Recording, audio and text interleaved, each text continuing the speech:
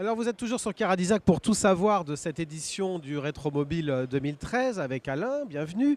Alain, au détour d'une déambulation dans les allées, tu as voulu t'arrêter sur le stand du marchand Fiskins parce que tu y as vu deux voitures qui t'intéressent et dont tu voudrais nous dire deux mots.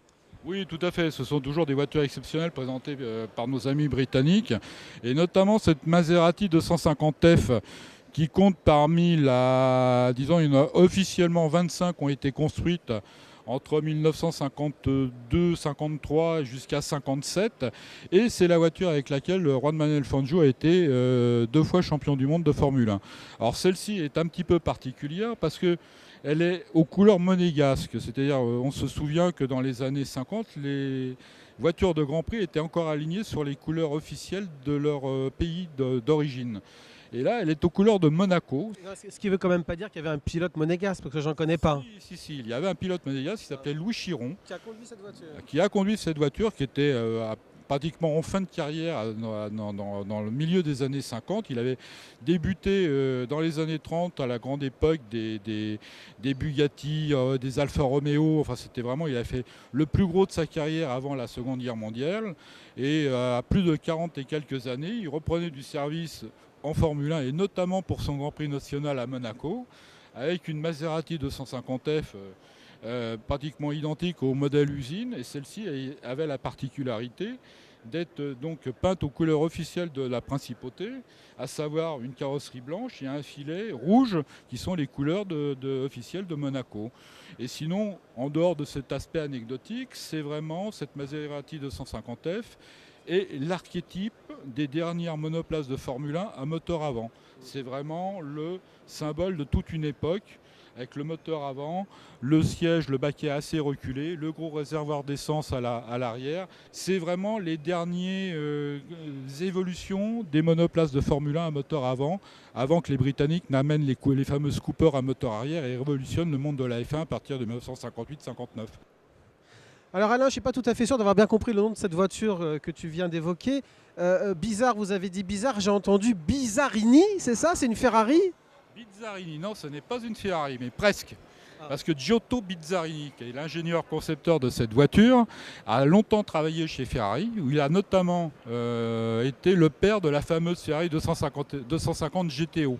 C'est pour ça qu'elle a un petit air de famille au niveau de l'aérodynamique avec la 250 GTO. Elle reprend pratiquement toutes les solutions techniques de la 250 GTO et on peut, pour certains, la considérer même comme l'ultime évolution de ce qu'aurait pu être la Ferrari GTO. Malheureusement, Bizzarini a eu un désaccord, disons pour être poli, avec la famille Ferrari et avec une poignée d'ingénieurs. Ils ont tous été virés par un beau jour de 1961. Ils se sont retrouvés et Bizzarini a construit sa propre marque de voitures de sport, d'abord avec un constructeur qui s'appelait ISO, qui faisait les fameuses petites Isetta à trois roues, Oui. etc., mais qui a aussi avait une gamme de voitures de sport dont Bizzarini avait créé. Et Bizzarini, qui était un fou de course automobile, a créé cette Bizzarini 5300 GT, qui était animée par un moteur, un V8 américain de Chevrolet Corvette, qui avait des performances absolument étonnantes avec son moteur central. Enfin, c'était vraiment, au niveau conception, c'était très proche d'une des meilleures GT italiennes de l'époque.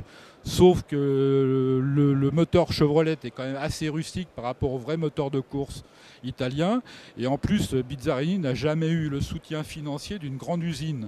Et ces voitures, malgré leur look absolument extraordinaire, leur tonus mécanique, n'ont pas eu le palmarès qu'elles auraient pu escompter dans le cadre d'une grande écurie structurée, tant sur le plan financier que technique. Alors donc si vous voulez rouler en Bizzarini, c'est quand même très chic, mais il vous suffit de venir sur le stand Fiskens et puis bien de faire les démarches nécessaires pour l'acquérir. Alors j'ai cru comprendre que c'était un modèle, après ce que tu viens de nous dire, plutôt rare. Pas facile toujours d'avoir les tarifs de ces autos-là. Est-ce que toi tu en sais un peu plus? Disons, c'est toujours une approximation d'offres et de demandes telles que le veut le marché. Mais une voiture comme ça, aussi rare, en plus avec le palmarès qu'elle a fait, étant une des rares, Bizzarini ayant réussi à terminer les 24 heures du Mans, celle-ci est estimée, d'après ce qu'on sait, aux alentours de 2,5 millions d'euros. Voilà. C'est cher, mais quand même, on est encore loin des tarifs d'une Ferrari GTO.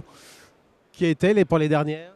Oh, on est dans les 6-7 millions d'euros quand même. C'est quasiment une affaire, voilà.